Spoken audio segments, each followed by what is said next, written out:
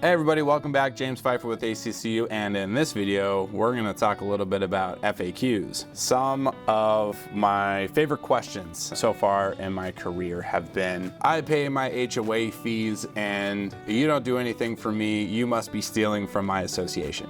Let me say that differently. That's probably the one I despise the most. Okay, so let's get something down really quick. When you make your payment to the association, it's being made to the association. We are the agent for the community and we collect the funds, but we have separate bank accounts for every single community and is very much going into a community bank account, okay? Not ACCU's bank account. From that bank account, it is our obligation to make sure that we manage the business of your association. We make sure that we provide a service, which is the accounts payable, and we pay insurance service providers, like if you have a pool vendor or if you have a landscape vendor, if you have a plumber, whatever vendors are servicing your community, we make sure that everyone is paid and that we put together a financial for your association. Now, as part of the payment to the association, a percentage of that, which is the management fee that we charge on a monthly basis, does get paid to the management company, but has to be approved by your board of directors. So to get a misconception out of the way, your payment is not coming to ACCU. It does not go into the management company's bank account. It very much goes to your community association. Here's another frequently asked question that we come across a lot. My roof is leaking and there's damage inside of my unit and I want the association to pay for the damage. Okay,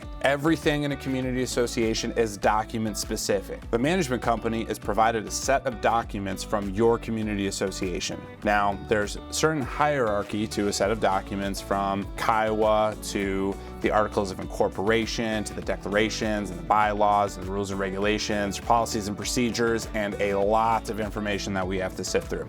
Now, as a part of this information, the declarations primarily is going to give us information about who's responsible for what. Side note, if your association does not have a maintenance and insurance matrix, go ahead and pause this right now, call your association's attorney and let them know that you need one. Okay, back to what I was saying a second ago. Inside the documents, it is going to give us specific details of how to resolve the situation. Your association may be responsible for the roof. They may have an obligation to fix where that leak is coming from. However, you as the property owner on the inside of the unit may have the obligation to pay for whatever happened inside of the unit. As a tip and a trick, you have insurance for a reason. If you have damage that reaches an insurance amount, you can ask your insurance company to subrogate. And if your association allows subrogation, they may be able to go back and subrogate against another policy to pay for the damage inside the unit.